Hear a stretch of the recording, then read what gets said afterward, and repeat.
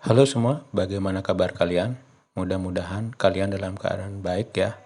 Nah, kali ini kita akan lanjut untuk mempelajari tentang kritik karya seni rupa. Kalian tentu sudah pernah dikritik maupun mengkritik. Lalu menurut kalian, apa sih pengertian kritik itu? Kritik adalah proses analisis dan evaluasi terhadap sesuatu dengan tujuan untuk meningkatkan pemahaman, memperluas apresiasi, atau membantu memperbaiki pekerjaan. Kritik berasal dari kata Yunani kritikos yang berarti dapat didiskusikan. Kata kritikos diambil dari kata krenin yang berarti memisahkan, mengamati, menimbang, dan membandingkan.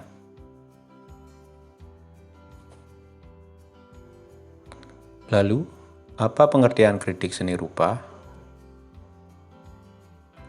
Kritik seni rupa adalah mempelajari kekurangan dan kelebihan dari suatu karya seni rupa dengan memberikan alasan berdasarkan analisa dan pengkajian.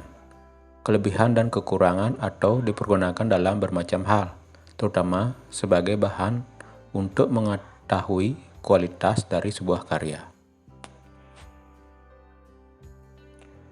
Untuk dapat melakukan sebuah kritik seni rupa yang baik, kalian membutuhkan pengetahuan atau ilmu seni rupa yang baik pula, agar ulasan dan kajian kalian jadi lebih berkualitas. Kemudian untuk bisa menghasilkan sebuah kritik karya seni rupa, pengetahuan apa saja sih yang kita perlukan? Adapun hal-hal minimal yang perlu kita pelajari lagi atau ingat lagi adalah sebagai berikut. Yang pertama ada simbol.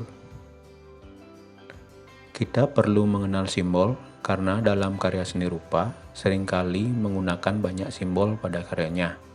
Kita perlu untuk mengidentifikasi simbol itu, kemudian memikirkan apa makna yang terkandung pada simbol.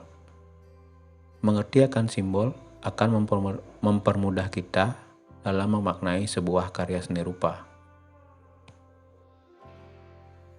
Simbol adalah gambar, bentuk, atau benda yang mewakili suatu gagasan. Simbol sangatlah diperlukan untuk kepentingan penghayatan akan nilai-nilai yang diwakilinya.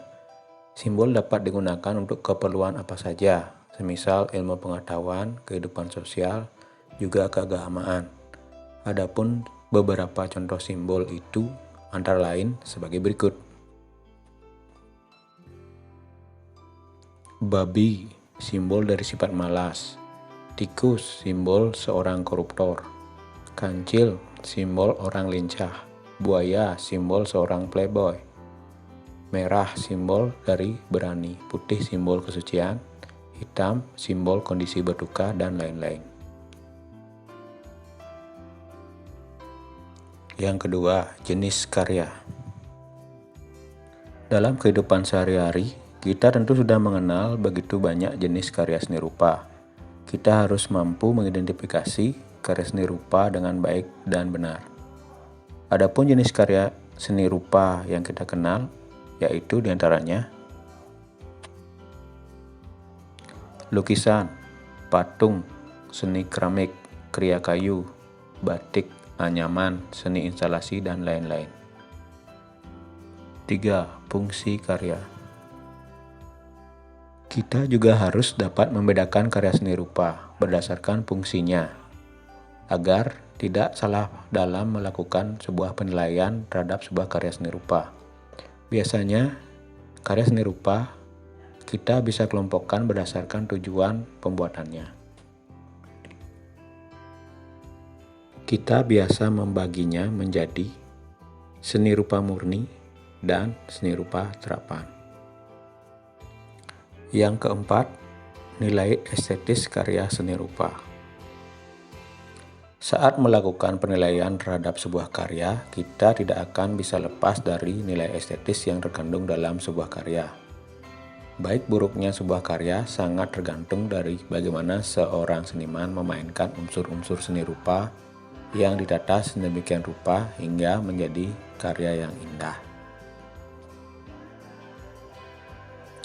Kalau berbicara tentang nilai estetis karya seni rupa, kita akan diajak kembali mengingat tentang unsur-unsur karya seni rupa dan prinsip-prinsip karya seni rupa. Unsur-unsur karya seni rupa meliputi titik, garis, bidang, bentuk, ruang, warna, tekstur, gelap terang. Sedangkan prinsip karya seni rupa meliputi komposisi, kesatuan, keseimbangan, keselarasan, proporsi, irama, dan point of interest.